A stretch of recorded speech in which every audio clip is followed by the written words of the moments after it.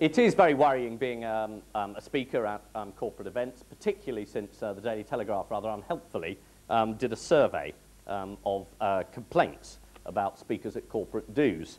The survey revealed that 30% of the audiences thought speakers were boring and repetitive, 28% said speakers go on for far too long, 30% said they were boring and repetitive, and 28% said they went on for too long.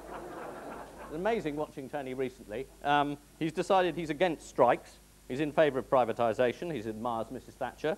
Keen on law and order, hates the trade unions, hates Ken Livingstone, wants elections in schools, can't get his party to agree on Europe, loves America, and keen on bombing his enemies. Quite interesting. An anagram of PM Tony Blair is I'm Tory Plan B. I don't want to give you the impression that libel is the major problem for publications like Private Eye. There is a more serious issue, which is, of course, national security.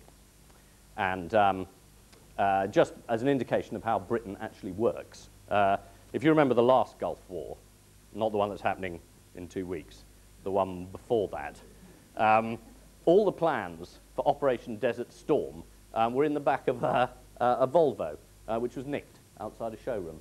The entire plans for Operation Desert Storm were stolen. Bit of a panic on about this, and I was rung by the Admiral, who's in charge of the D-Notice Committee. And this shows you how Britain works. The Admiral said, "Is that Ian Hislop?" And I said, "Yes." And he said, "You know these plans for Operation Desert Storm?" And I said, "Yes." He said, "You haven't got them, old boy."